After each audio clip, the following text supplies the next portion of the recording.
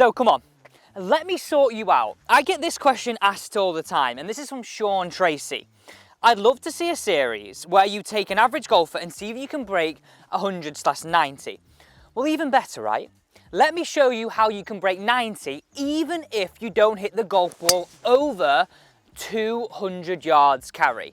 Now that might sound ridiculous, but I'll be honest with you, implementing just 2 of these 5 things I'm going to show you today, you will definitely be able to access this. Now I'm going to start in reverse order. Actually, no, I'm going to do them in any order. Just see which one you think you need in your game a little bit more.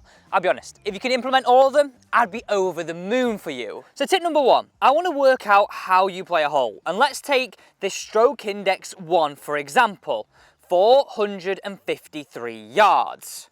It would be ever so tempting just to grab driver and boom, pop it down there. But on a stroke index 1, it's meant to be hard for a reason. So for example, the bunker down the fairway is meant to trick you up. It's around about your landing zone. We have thick rough right, out of bounds left. What I need you to do is have a look at the course guide, use a laser if you have one. And if we want to break 90, we've probably got a shot here. The idea of breaking 90 is keeping doubles and triples off your card. And on a stroke index 1, that's where you're most liable to have one. So laser the trouble, work out where the trouble is, and take a club off the tee that you're comfortable with and one that's never going to reach the trouble. So for me, 5 wood is the club. I know I can play up this right-hand side away from the trouble, and that's going to keep those big numbers off my card. So what I'm saying here is, have a strategy on your stroke index 1 hole. Oh, away from the trouble, bounce just right a bit.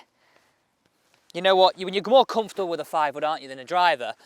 So why not just play that? And then this number 1 tip doesn't stop there. From there, why don't you just think about grabbing, let me find my head cover, a 7-iron. Hitting it 150 yards, okay? Play that. Then that leaves you with a wedge. Wedge that on the green. And you know what? I bet you make par more times by holding a long putt than you make triple or double, because you're keeping a disaster off your card.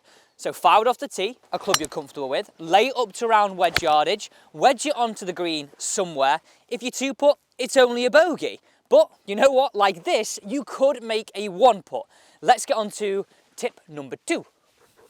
Now, number 2 on our list, I've been preaching about this for years, but yet I have to tell students all the time.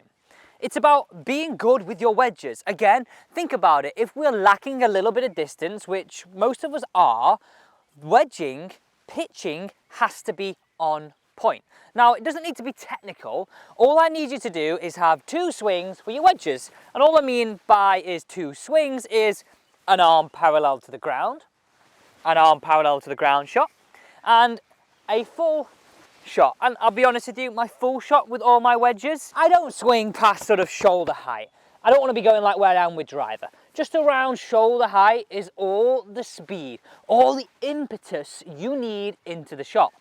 Wow, I think I just surprised myself with that word. So setup wise, look for a 2 club head width apart stance, left foot a little bit back of right foot, weight on the left hand side, so lead a little bit back of trail, weight 60-40 on the left hand side, keep it there, arm parallel, and do that with every single one of your wedges. Because look, right, being good with your wedges means you're going to have more opportunities like this. Whether this is to save 1 point in a Stableford, make 3 points, this is going to help you minimize your score. Because we all know, the closer your proximity to the hole, the more chance you've got of holing putts. Get in! Oh, I said the more chance, I didn't guarantee. Okay, let's move on to tip number 3. So after looking at that pitching tip, let's have a look at these fairway woods. And what I mean by have a look at these fairway woods is off the deck. We have to be good with them. If we don't hit the golf ball more than 200 yards, then this is a club that we're going to rely on to hit some of the par 4 greens sometimes, if we're not laying up, which I would seriously advise.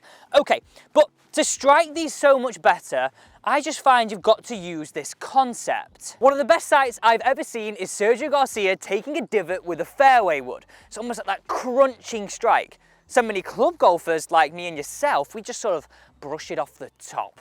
Not what we want to do.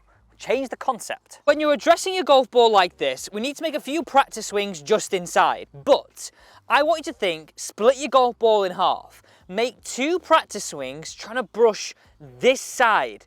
Not contacting here, trying to brush this side of the golf ball. All you're doing is working out your low point here. And yeah, I know that sounds so simple, but I often ask my students, where are you trying to hit the ground? They go, no idea. No idea, Alex. Not got a clue. Well, I do have a clue, I'm just trying to hit the ball. No, no, no. Change that concept. We want to have 2 practice swings in this manner. One half, just middle of the golf ball and the head. Second one, middle of the golf ball and the head. So we're really finding out where the low point is for what action we're trying to make. So when you grab your fairway wood, get your ball position or club head inside, you've had your 2 practice swings, now you know where your low point is, so 100% you can make that little bruising divot and strike your fairway woods, because you're going to heavily rely on these. And by the way, copy this same theory with your hybrids. Oh, never left the flag. And look at that. Don't just look at the ball. Oh, but look what I did. Look what I made. Look. Divot in my mouth. It was well worth it though. Look, a little bruising divot, which I am going to put back. Let's move on to tip number 4. But though, before we move on to tip number 4, that's not bad, is it? I mean, I not hit the green, but I did have 5 in my hand. Next on our list, you've got to do this. No non-negotiable in my opinion. You've got to become the master of the chip and run. And all the chip and run requires is what I call a 1 lever motion. Forget the wrists, keep the triangle, keep your weight on your left. And I'm still so shocked when golfers don't master this shot. We're too bothered about playing the floppy one, okay, which is needed. But if we're thinking about this logically, if we don't hit it more than 200 yards and we're quite a short hitter, some of us might even be losing distance. We're not going to hit many greens. So you're going to rely heavily on this area of the game if you want to break 90. You're going to be so reliant on a chip and run. Now, I want you to focus on just being good at this with your 9-iron, right? Forget your wedges. Get it running. So that's your setup. I'm relatively close to the ball. Keep the 1 lever motion, back and through. I'll just make sort of hip height with the hands. I guess it's a little bit of something like this. That's where the first one's ended up. And just for good measure, let's play another one. Okay, this is a great shot to have in your locker. Back, through, running up the hill, giving yourself, I guess, inside 6 feet to make your par. Let's move on to the 5th and final one, and arguably the one that I need to get much better at myself. Let me explain. And it's being a great, in fact, not even great, it's being a brilliant lag putter. Because think about it, if we're using long clubs into each and every hole, or we're laying up, wedging it on, we might not hit it as close as, let's say, some other golfers at our golf club. So if you can be a good lag putter, and at worst 2 putt every time, maybe just throw 1 3-putt in, not 3, 4, 5 or 6 or 7 3-putts, think how much that's going to lower your score. So this is my little tip for that.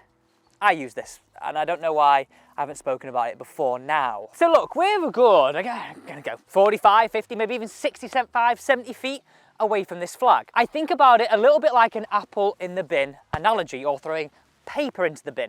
When we're sort of being relaxed and focusing externally, the throwing action, we actually perform tasks so much better. So on long putts like this, be sort of less bothered about, I guess, the quality of our stroke. Because realistically, we're not going to hold it from here. Free your putting up, get a little bit more relaxed, and make 2 practice swings where you just focus solely on looking at the flag.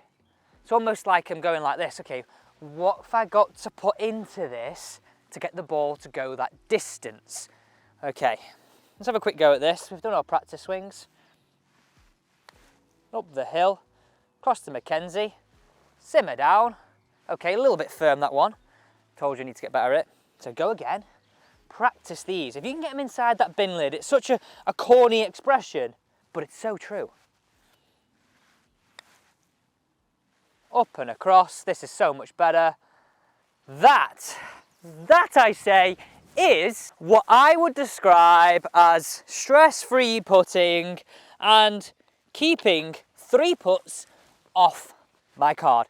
Thanks so much for watching. Like I said at the start of the video, if you can just implement just 2 of these, I know, I promise you, you can break 90. You really, really can. Thanks for watching.